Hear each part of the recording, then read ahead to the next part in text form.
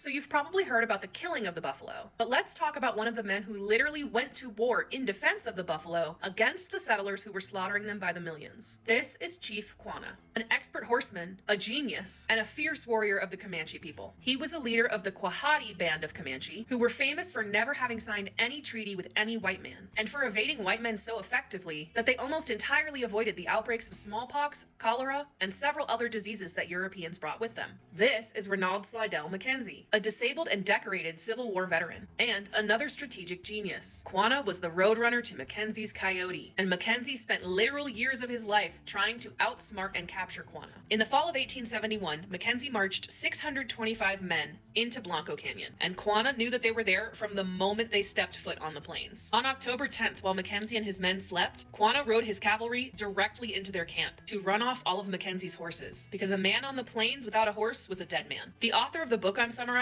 calls the Comanche horsemen not only the greatest cavalry of their time, but potentially the greatest cavalry of all time. The Comanche were truly unmatched on a horse. So Quanah stampeded all of Mackenzie's horses and then quickly retreated into the darkness. The following morning, Mackenzie had to send 10% of his men marching back on foot the way they came. A small detachment of Mackenzie's men who were still searching for their horses came across several Comanche warriors. This is exactly what Quanah wanted to happen. These Comanche warriors played their part beautifully and ran straight towards the canyon walls. The small detachment of white men pursued these Comanches, which is exactly what Quanah wanted to happen, and right as the white men came in firing distance of the Comanches, the valley became absolutely flooded with Comanche warriors. When they looked up the canyon walls, it was swarmed with Comanche women, who were just as skilled with a bow and arrow and a horse as the men were. Quanah was only 23 years old when this was taking place. This was the white men's first encounter with him, and they were so terrified that 7 of them immediately abandoned the other 5. Quanah only managed to take down one of these men before he saw the rest of Mackenzie's men on the horizon marching towards him. Now, Mackenzie had a major advantage over Quanah. He knew that Quanah was traveling with his entire village, not just his warriors. Quanah had Comanche children and elderly with him. For this reason, Quanah knew that he had to outsmart Mackenzie, not outfight him.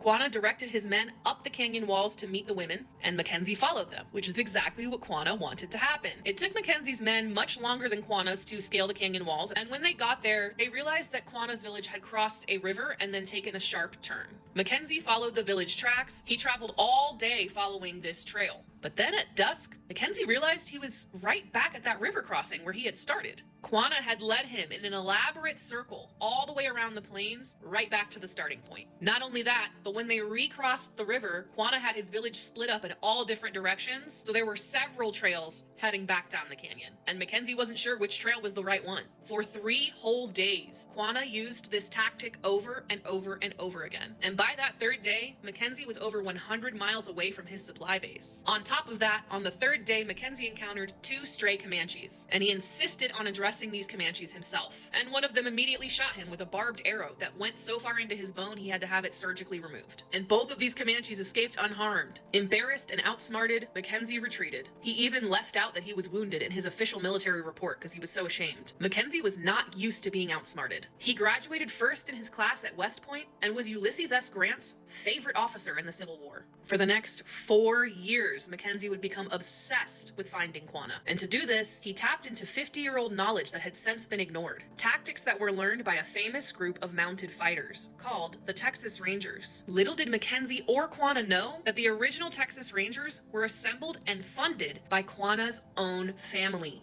Quanah was half white, and his mother, Nauta, was a member of one of the most important families in Texas history, the Parker clan. I learned all of this in the book Empire of the Summer Moon. If you're interested in history from a US military perspective, from that angle it is extremely well researched. Quanah's mom was born into the Parker family and she was given the name Cynthia Ann. In 1833, a ton of the Parker family moved from Illinois to Texas near the present town of Mexia. They were given 16,100 acres by the Mexican government for a loose pledging of allegiance to Mexico. At this time, Texas was still a part of Mexico, and part of the reason that Mexico was giving away land like this in this area were the Comanches. The Comanches did not want settlers in this land because they interfered with the buffalo migration and all of the game hunting. AKA, it interfered with the ecosystem and they knew it. And this had been their land for millennia, and the Comanches had one of the greatest cavalries of all time. They would resort to violence to remove these settlers from their lands. And at this time, Spanish influence was falling in Mexico, largely because of the Comanche and Apaches. They were quite literally giving this land away to white people to put a barrier between themselves and the Comanche. Giving the Parkers 16,000 acres of land in this area was essentially a dare. Like,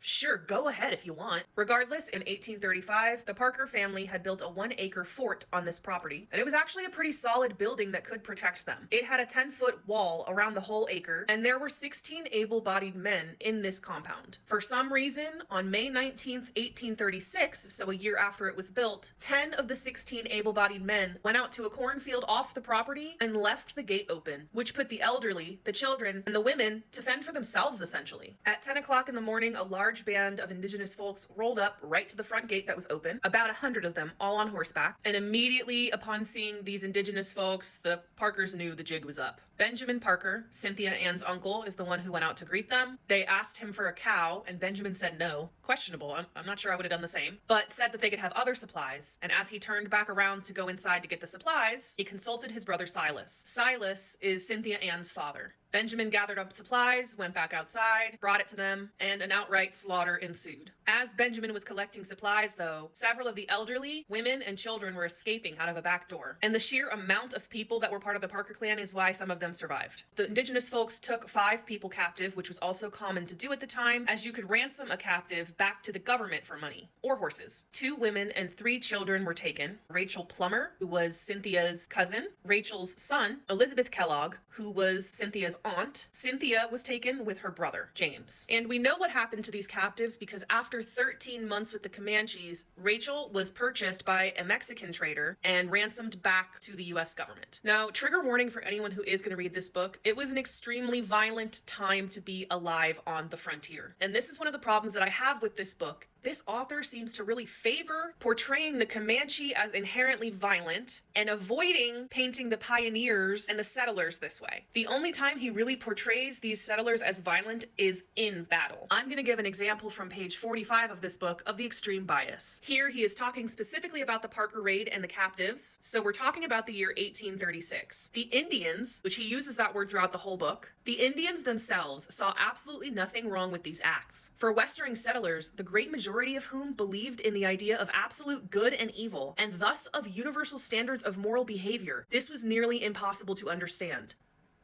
I'm so sorry. Are you talking about the morality of white people in America in 1836? This is a whole paragraph of where he's defending how they're not used to this sort of behavior. I can think of something really major that was happening in 1836 that he doesn't mention one time in this book. Can anyone think of what that might be? How about chattel slavery? The audacity for you to look me in my face and talk about white people having morals. Why the hell would the Comanche want to negotiate with the likes of them? In this book, he does mention slaves several times, but he goes into great detail about how uncivilized these tribes are. Meanwhile, the United States is taking place in quite literally the worst thing to ever happen to humanity. Remarkably, James Parker, so Rachel Plummer's father and Cynthia Ann's uncle, takes it upon himself for the next 5 years to find all of the people who were stolen in the Parker raid. And believe it or not, he's successful with almost every single one except Cynthia Ann. A lot of the times, these captives were treated as prisoners of war and were mistreated. That was not the case of Cynthia Ann. The Comanche also often adopted these children that they abducted. And your race or nationality did not matter in terms of Comanche adoption.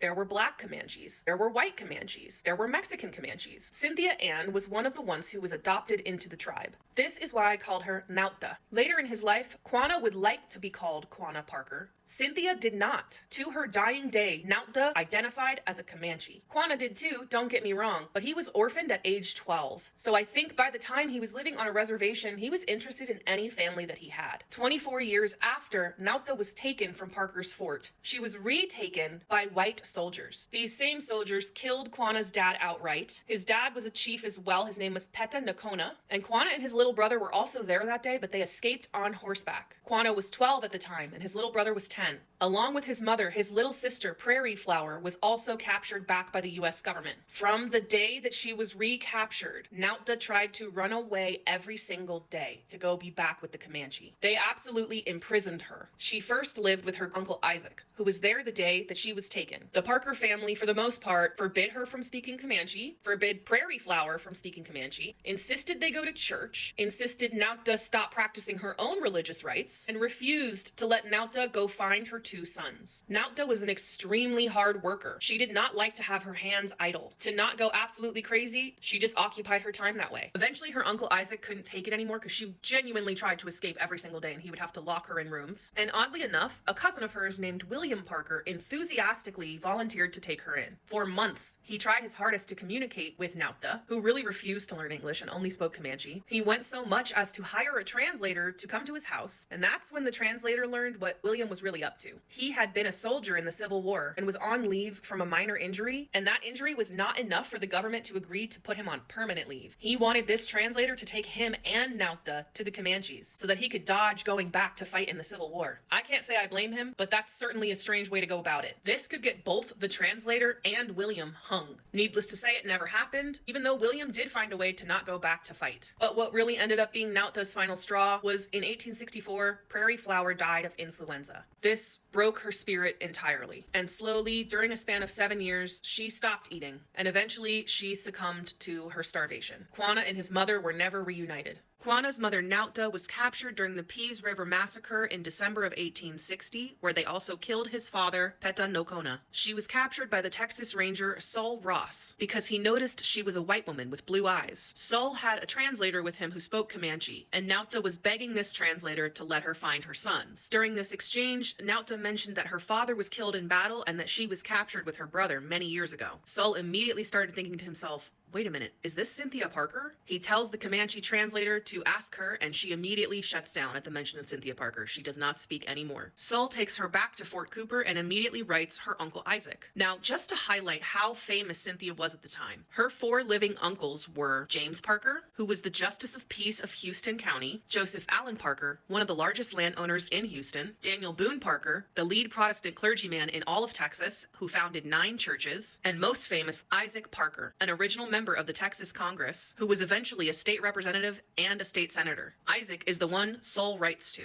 and Isaac immediately comes to Fort Cooper. When Nautda realizes she's speaking to another Parker, she opens up. And to prove her identity, her uncle Isaac asks her to draw a diagram on the ground of what she remembers Fort Parker looking like. She does this so perfectly that Isaac Parker is stunned into silence for several moments, and finally he says, quote, "Gentlemen, I actually could not make as good a picture of the old fort as she has made," solidifying her identity as the lost Parker child. Now, this sounds like a sweet reunion so far, right? Well, this guy sucked. I hate him. Isaac Parker lived in Birdville, Texas, so on the way from Fort Cooper to Birdville, they stopped in Fort Worth. And here, Nautda became an instant celebrity. It was such a big event that the school children were let out early, and she was brought into the town square. And here, I'm going to read what Isaac Parker did to her in front of this crowd. Cynthia Ann was bound with rope and sat out atop a large box so that everyone could see her. According to one witness, the tears were streaming down her face, and she was muttering in the Indian language. After Fort Worth, they make their way back to Birdville, where Cynthia from day one is rebellious, for good reason. She tries to escape every single day. She refuses to speak English because she doesn't speak English. She escapes successfully several times, and they had to track her down in the middle of the woods. I'm sure if she could get her hands on a horse, they never would have been able to find her. The Parkers were a strict Protestant family, and Nautda had her own religious practices that she refused to give up. She was treated as if she was mentally unwell, but she was completely mentally sound. In January of 1861, Isaac Parker makes a trek into Austin to try to convince the Texas legislature to give him a pension for housing Nautda and Prairie Flower. And he knew everyone in the capital, including the governor of Texas, Sam Houston. Isaac and Sam had fought in the War of 1812 together and were old friends. But this was an insane time to bring Nautda to Austin, as all of Texas was in secession fever. All up and down Congress Avenue in Austin, there were constant parades calling for Texas to secede from the Union. We're talking like full brass bands, long lines of carriages with people flying a Texas flag, men stampeding on horseback. To not have any reference of what a normal day in Texas looked like, and then to be brought there during that time must have been So overstimulating. So Isaac brings Nautah into her hearing, and it's a very formal, white, intimidating setting. I mean, going to court now even is intimidating, and we're familiar with the process. She has no idea what's going on. She doesn't speak English. She has no idea who any of these people are. And after a while of listening to the men debate, she picks up Prairie Flower and makes a run for the door. It then occurs to her Uncle Isaac that she might think these men are deciding whether or not she gets to live or die, which is exactly what Nautah was thinking. She was thinking, they're sentencing me to death. Her Uncle Isaac removes her from the scene, and then they return back home to Birdville. 2 months later, Isaac finds out he was granted the pension he asked for, which was $100 a year and 4,428 acres. Now, you'd think this would go to Nautah and Prairie Flower. What an excellent start that could have been for them. No, it was granted to her 2 cousins, Isaac Duke Parker and Benjamin Parker. But even though the Parkers were now getting paid to house her, conditions for Nautah didn't improve. She was just as miserable, she tried to escape just as often, and her Uncle Isaac was kind of old. This is when he decides to send them to her cousin William's house, which is the man I talked about in a prior video who wanted to use Nautah to dodge going back to fight in the Civil War. But who I didn't talk about is the translator that William hired, Coho.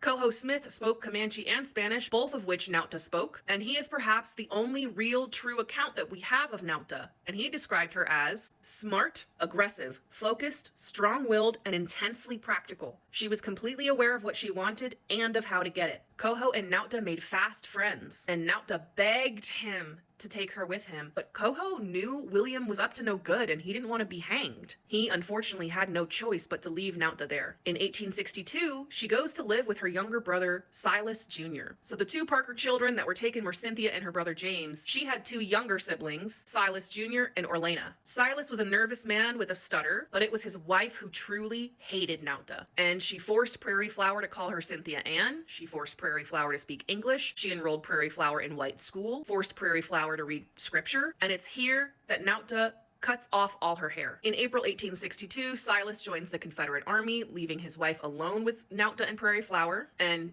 by then she'd had enough. She ships her to her little sister Orlena's house. And this is where Nautah begins to face the hard truth that she's never going to escape and never find her sons. It's also where she begins to make some friends of her own in the neighborhood, and where she accepts Prairie Flower going into a white school. It is in this household where both Prairie Flower and Nautah end up passing away. The Parkers genuinely believed they were doing the best thing for Nautah by keeping her prisoner, essentially, which I find that a little hard to believe. But she does have one relative, Tom Champion, who disagreed, and he said, quote, "I am convinced that the white people did more harm by keeping her away from them than the Indians did by taking her at first. He knew that her second capture was way more painful than her first." Starting in the year 1868, settlers began to slaughter the buffalo by the tens of millions. The Civil War would end just 1 year later in 1869, and throughout the Civil War, tons of new weapons were being invented. It was 50 caliber Sharps rifles in particular that allowed the settlers to kill the buffalo in this large of a number. You could be 3/4 of a mile away and still kill a buffalo effectively. In 1869, the Transcontinental Railroad was completed, and this allowed the shipment of buffalo across state lines very quickly. This would lead to the greatest mass destruction of warm-blooded animals in human history. By 1870, there was a huge market for buffalo hides because of a new technology that allowed the hides to be turned into high-quality leather. All of these hides were shipped out of Dodge City, Kansas. Heartbreakingly, the buffalo were super simple to kill. If one buffalo dropped dead next to another, the other buffalo would not flee unless they physically saw danger within their sight. These buffalo killers even started to become famous. One of them, named Tom Nixon, killed 3,200 buffalo in 35 days. Despite a high market for buffalo hide, there was not really a high market for buffalo meat, except for the tongues, which settlers became to know as a delicacy. So someone like Tom Nixon would kill 3,200 buffalo, take their tongues out, and leave the rest of their bodies to rot in the open prairie. This made them a huge profit, with a single hide selling for $3.50. This was nothing more than a get-rich-quick scheme, and by 1874, the herds on the plains had been decimated. Here's a quote from a scout who was traveling from Dodge City into the High Plains. "In 1872, we were never out of sight of the buffalo.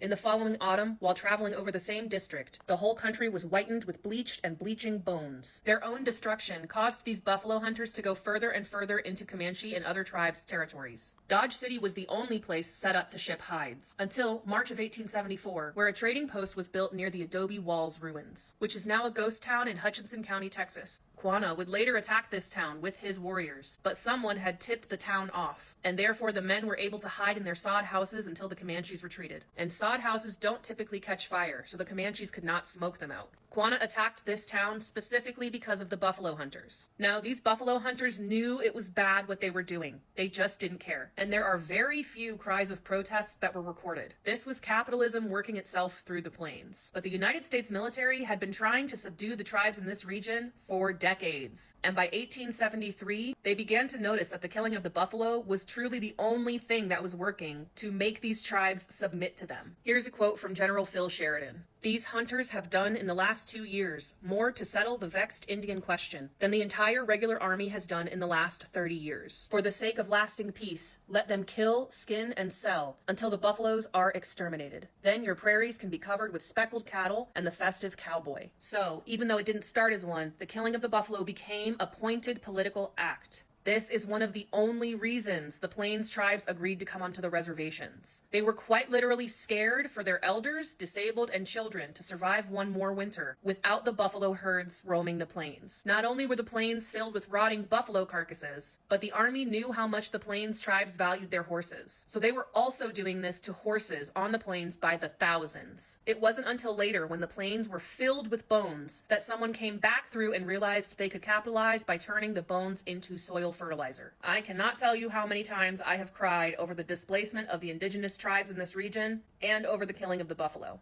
To read U.S. history is to be constantly depressed. And I already regret how it kind of seems like I'm endorsing the book. I wanted to cite my source, and I wanted to clarify that I think from a military perspective it's very well researched. But I don't think he talked to a single Comanche person to write this book. He does not cite a single source where he talked to any tribal nation, and I could tell. But the reason I felt comfortable for still telling Quanah's side of the story that he tells is because Quanah was super, super famous from his birth. Quanah didn't know it, but he was famous because his mother was famous. His mother also didn't know she was famous. Therefore, there are a ton of written resources about Quanah's life. Every single encounter with him was recorded. And every single encounter with his mother, which there were encounters with her when she was still living with the Comanches, was literally front page newspaper worthy nationwide. And I can tell that this author sat through weeks and weeks and weeks of white historical records. I think this book only holds value in the military side of this story. It gave me a pretty good understanding of the Spanish and what they were doing in Mexico. It gave me a good understanding of all of the moves the United States government was taking against the indigenous folks. But what it did not do is give me a cultural understanding of the Comanches, because I found every single thing he said about them to be uninformed and racist, except for his military perspective on them. From that standpoint, he has a great respect for the Comanches, which is very confusing, because how are you going to respect their cavalry and not their language and their culture? For example, even the word that the Comanches use to describe themselves,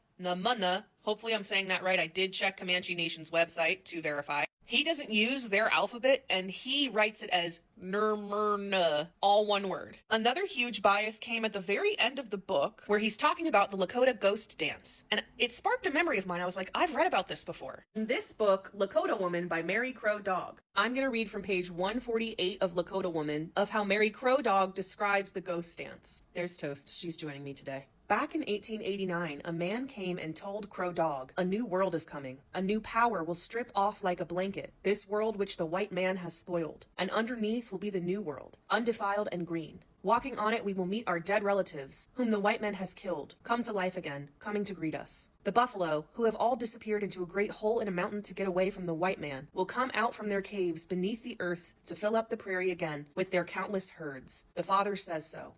That man was Short Bull, from our own tribe, a famous warrior who had fought Custer. In Empire of the Summer Moon, the author describes the ghost dance as a cult, and essentially implied that it needed to be eradicated. He uses the word cult 2 times in the book. Neither time is it about Christianity, and he covers Christianity and Catholicism because of the Spanish. Both times that he uses the word cult are for indigenous religions. And he said that the ghost dance was like some sort of apocalyptic cult that needed to be stopped. Don't the Christians have like a rapture type story? What I heard in Mary Crow Dog's description sounded much more like mourning for what they had lost. I also want to go into the fact that this author does cover that Quanah was not unanimously liked by his own people on the reservation he ended up on. And he says this was for 2 reasons. 1, Quanah petitioned for his name to be listed as the sole chief of the Comanches. And he says this was not a typical Comanche practice. There was no unanimous chief. Different chiefs served serve different purposes. The author argued that Quanah knew that the white man didn't care about different chiefs for different reasons, and they had a unanimous leader, and that he knew that he was famous and well-liked in white circles. Quanah did go to Washington several times to go to bat for the Comanches, and a couple times he won. But I can understand how he wasn't an elected leader, and therefore people resented him. Another reason that he says Quanah was not well-liked unanimously is because once the buffalo were nearly extinct and cattle were the way of the plains, the owners of these giant cattle herds would come onto the reservation and let their cows graze on the reservation grass, even though that was completely illegal. But the government was doing nothing to stop this. So eventually Quanah said, no, you're not going to do this. You pay other landowners outside of the reservation for your cattle to graze there. You're going to lease this land from us. You're going to pay us to have your cattle here. A lot of people didn't want the cows there at all, which I completely understand. The author argues that Quanah knew it was going to happen regardless, so his people might as well profit off of it. However, Quanah greatly profited off of this for a short period of time. Quanah ended up dying with almost nothing to his name except the giant house he had built, the Star House. So yes, I too had major problems with this book, but I am cursed with never putting anything on a do not finish shelf. I have to finish something once I start it, and I read about Quanah because he was mentioned in The Worst Hard Time, the book that I did my last playlist on, and I had never heard of him. I tried to do research to have an indigenous source. I really couldn't find one. I don't know if I just wasn't good at researching it, but I did try to find a non-white source to read about Quanah. I would say don't buy this book, and if you're really, really curious, you can Google the title of the book with PDF at the end, and there's a source. You should buy this book instead, Lakota Woman. Fantastic. There's no question about it. Ranald Slidell Mackenzie was a villain. In fact, more than once, his own men were conspiring to shoot him, but they needed to wait until they were all in battle so that it was easier for it to look like an accident. And by the time they were in battle, they saw his value in keeping them safe. But the real villain here, even against Mackenzie in the end, is the United States government. What's new? Mackenzie wanted to be a lawyer, but he was too poor to afford the schooling. So he transferred to West Point, where you would get a salary along with your schooling and training. In 1862, Mackenzie graduated first of his class, but what a horrible year to be graduating from a military academy. The Civil War had already been going on for a year at that point. For 2 years, he was working as an engineer in the military. For some reason, he didn't want to stay in that position. He wanted to be in battle, commanding. Sometimes engineers were on the battlefield, but for the most part, they were the brains behind the operation. Why would you want to give that position up? I don't know, but he did. And in 1864, he got his wish. And from there, he was promoted 7 times in 3 years. He was 23 years old. That's almost unheard of in the Army, especially at this time. And this beats the record of a much more famous general, Custer. Custer was also a graduate of West Point in the class prior to Mackenzie's, except he graduated last in his class and was essentially the complete opposite of Mackenzie. Prior to the Civil War, Mackenzie was lighthearted, shy, and kind of stood in the background. Custer was boisterous,